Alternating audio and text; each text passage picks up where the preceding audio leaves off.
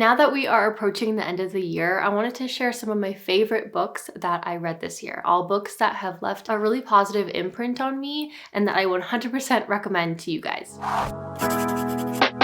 Hello friends and welcome back. If you're new here, my name's Jillz and I help women step into their power and become their best selves. So if that's something you want to do, you should absolutely subscribe and stick around. I'm excited for this video because you guys always love when I share book recs, whether it's on here or on Instagram. So here are the top 5 amazing books I read this year that you need to read too, plus a few honorable mentions as well. All of these books will of course be linked down below in the description box, so if you're interested in learning more about them or reading them for yourself, you can find them all down there. So the first book is Men Are From Mars, Women Are From Venus by John Gray. And this book is one of the most popular relationship books ever written, and for good reason. It's a really good book, and I'm honestly surprised that it took me this long to read it. So the whole premise of this book, as you can probably tell from the title, is that men and women are different. And he talks about in this book how he refers to men as Martians because they're from Mars, and women as Venusians because they're from the planet Venus. And he talks about how life on these two planets is drastically different. So because of these differences, men and women can sometimes struggle when in a relationship with one another because we just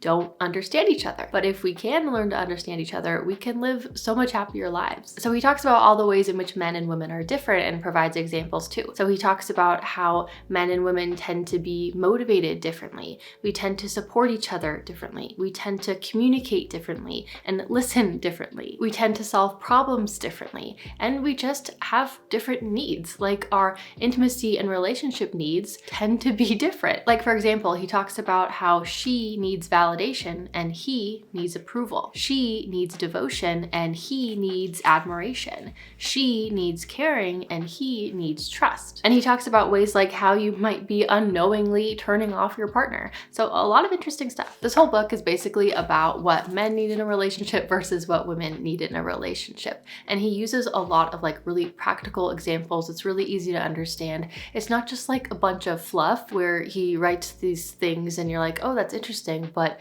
how do I actually apply this in my life? It's not like that. Another thing that I appreciated is that the author does a pretty good job of being fairly balanced between the two genders, being balanced between talking about men versus women. He talks about how both sides struggle sometimes and how both sides can improve and what both sides need in a relationship. Sometimes books like this tend to have a bias one way or the other, like more bias toward men or more bias toward women, but I didn't get that feeling in this book. So yeah, he just talks about how we can do all of this better, how we can be a better partner in our relationship to ensure that our partner feels loved and respected and accepted for who they are. And of course, how we can get that too. So many relationships these days are failing, and sometimes relationships fail because two people are just not compatible, it's meant to fail. But sometimes relationships fail because we just don't understand each other. We don't honor and accept the differences that we have. A lot of times we assume that our partner must think and feel the same way we do, but that's not always the case. Just because men and women are equal in value, it doesn't mean that we are exactly the same. So it's a great book, I highly recommend it, and it's only like $9 or $10 on Amazon right now, or at least as the time I'm filming this,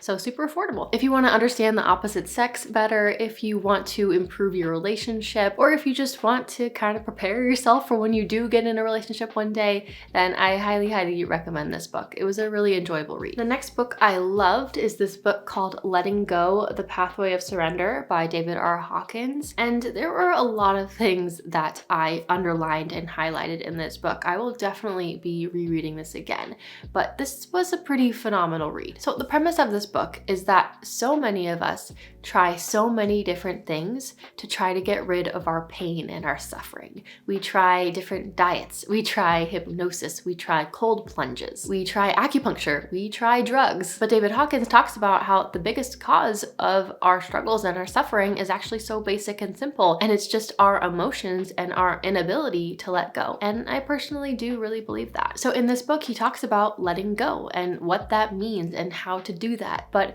it's a much deeper book than just that. that. He talks about the whole scale of emotions. It goes into detail on them to help you understand them and understand yourself better. So his scale of emotions is based off of like vibrational frequency. You've probably seen different emotional scales, like pictures of that. So it starts with things like peace, then goes down to things like joy and love, then goes down to things like courage and willingness, then goes down to things like anger, fear, grief, guilt, and lastly, shame. So he talks about all of these emotions that we feel and how we can let go of those negative emotions that we're holding on to so we can reach those higher states, so we can ultimately reach that level of enlightenment. We live in a world where there's so much stress, but he talks about how a lot of this stress is just coming from our own selves, from our own internal world. And it's really weighing us down. And sometimes a lot of this stress comes from choosing to focus on our pain. There's this quote I really loved and I highlighted it. He says, "Anger, hatred, self-pity, resentments, they all have their cheap little payoff,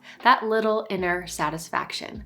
Let's not pretend that it's not there. There is a weird, quirky pleasure when we hang on to pain." I just feel like there's so many good light bulb moments like this throughout the book. But as he talks about, in order to let go of these negative feelings, we have to actually feel them. And that's really the only way that we're able to release these feelings. But so often what we do, whether we realize it or not, is we suppress or repress these negative emotions. But then what happens is we end up just carrying the weight of all of these negative feelings all the time. Letting go, according to David Hawkins, is the pathway to removing resistance. And it's the pathway to happiness and abundance and all the things that you want. It's one of my favorite books I read this year, and I really couldn't recommend it enough. The third book I thoroughly enjoyed this year was this book called Rich as F, More Money Than You Know What to Do With by Amanda Frances. And this book is clearly about money and wealth. I mean, you can see she's bathing in some cash right there. This is one of my favorite books on money that I've read so far. And in this book, she doesn't talk so much about like the practical, physical side of money. I mean, a little bit, because you kind of have to, but this book is mostly about the manifestation of money. It's about money mindset and abundance mindset. One of my favorite things about this book is that it's just written very conversationally. It's like she's just talking to you as a friend. It's really fun, easy to read kind of book. I hate those books that are just difficult to understand and difficult to read for the sake of it. It bugs me. But she explains things very simply and clearly. And she provides a lot of examples from her own life, which I really appreciated. I found it really helpful.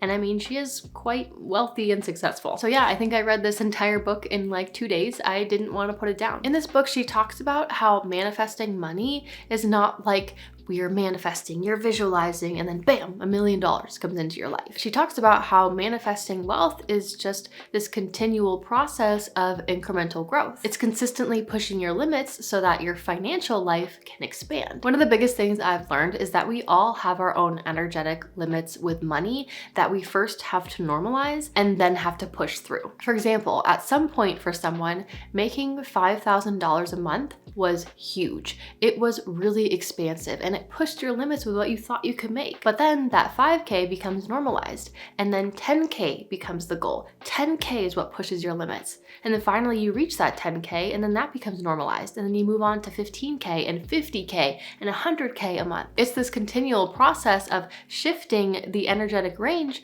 of what you think is financially possible for you. If you're at that point in your life where you want to start financially turning your life around, or you just want to really focus on building wealth, or you just feel a pull towards this area of your life, then I highly recommend this book. She simplifies the energetic side of money in a way that's exciting and fun and motivating. Now, the next book I want to share is this book called Unblocked by Margaret, Lynch, Raniere, and David Raniere. So this book is very different than the other books. This is actually kind of a more like interactive book in a way.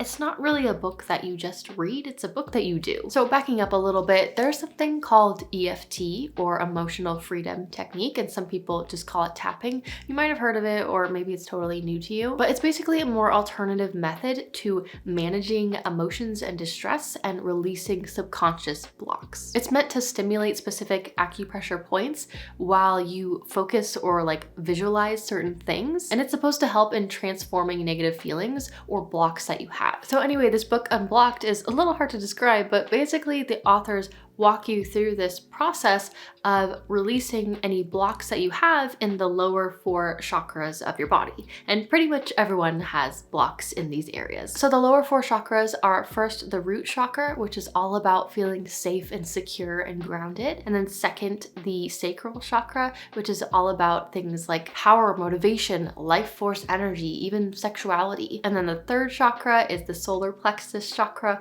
which is all about things like confidence and self-esteem, assertiveness. And fourth is the heart chakra, which is of course all about things like love, self-love, receiving love, giving love, self-acceptance, empathy, compassion, forgiveness. So the authors basically guide you on an EFT tapping activity and visualization to release blocks in these specific areas. And of course I can only speak for myself, but when I did them, I felt lighter and I felt like I was releasing blocks that my subconscious had held on to for a long time. It's really hard to describe the way this book works until you just do them, until you just do the activities or the exercises in here.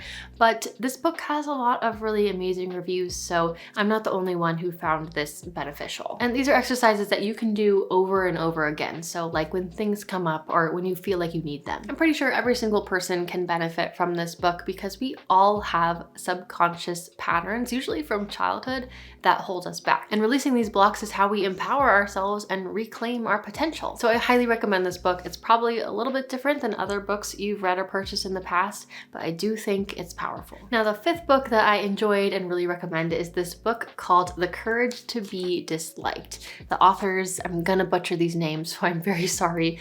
Ichiro, Kishimi, and Fumitake Koga. I'm sure I messed that up. I'm very sorry. So this entire book is a dialogue or a conversation between a philosopher and a student. And this is much more of a philosophy book than the other books that I mentioned, which are much more like the typical self-help books. But this book was a super bestseller in Asia, and the philosopher in this book, who we learned from, talks about something called Adlerian psychology, which is based off of a psychology or more so philosophy from Alfred Adler, who was an Austrian psychotherapist. So of course, like the title suggests, the philosopher talks about how we have this deep need to be liked by other people, but how this can totally control our life and cause us to be enslaved by it. But this book is not just about learning to not care what people think. It also digs into topics like comparison, self-worth, self-acceptance, and happiness and freedom. And this book talks about how once you can really accept yourself and own who you are and own your choices and desires, that's when life becomes a lot more meaningful and a lot more fulfilling. There's a lot of things that I underlined in this book, like this sentence I underlined and starred because I really like it.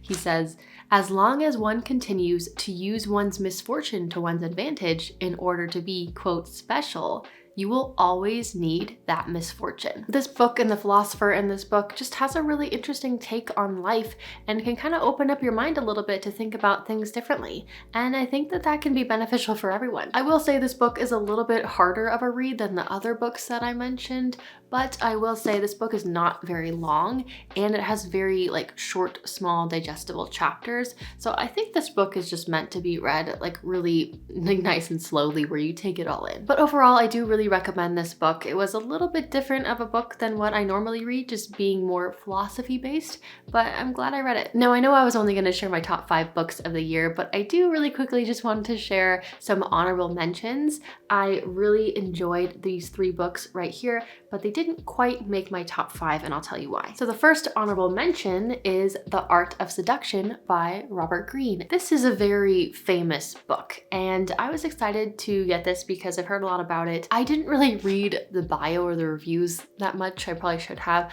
I thought this book was gonna be more about how I can seduce my husband, make things more spicy, that kind of seduction. It's not. It's more about manipulation. It's more about how to get people to obsess over you. But I love any books relating to psychology, so I still really enjoyed this. I still found it really fascinating, but it is a little bit of a toxic book. I wouldn't recommend that you use these techniques to attract a man or a partner into your life, but it's interesting. And this is a great book to learn how to spot a manipulator or how to prevent yourself from getting manipulated. It's also quite long, lots of of pages, very small font. I wish it was a little bit more digestible, but overall still a very interesting read. Next honorable mention is 101 Essays That Will Change the Way You Think by Brianna Wiest. And I really love this author. Her book, The Mountain Is You, is one of my favorite books, and I actually talked about it in my last book recommendation video. But I enjoyed this book, but it was a little bit more of like a coffee table book for me. It was one of those books where I didn't crave to like read it every night, but when you have like 5 or 10 minutes and you kind of want to read something more inspiring, this is a great book to pick up. And as the title suggests, it's just a bunch of different essays or stories or lists relating to things like mindset and living your best life. So I enjoyed it, but it's just more of a coffee table book for me rather than something that I'm just totally engulfed in. And last honorable mention is the book Mother Hunger by Kelly McDaniel. I actually mentioned this book in my mother wound video, which I'll link up here in case you want to check it out. But this book is all about strained mother-daughter relationships. And so this book is really helpful and interesting if you have a strained relationship in this area of your life, especially if you really struggled when you were younger, which is kind of what this book focuses on. So this book is kind of specific. It's not for everyone, and that's pretty much the only reason why it's not in my top 5. But I did find it really interesting and really helpful. If you feel called to this book, then it might be for you. Those are all my favorite books this year. Comment down below if you're planning on reading any of these books, or if you have any book recs for me or for our community. I would love to know. I love getting book recs. I also have this video here of book recs from previous years, so if you want more recommendations, go check out this video. This is where some of my ultimate favorite books are on this list, so definitely go check it out. So I will see you over there, or I will just see you next time. Thank you so much for watching. I appreciate you. Bye.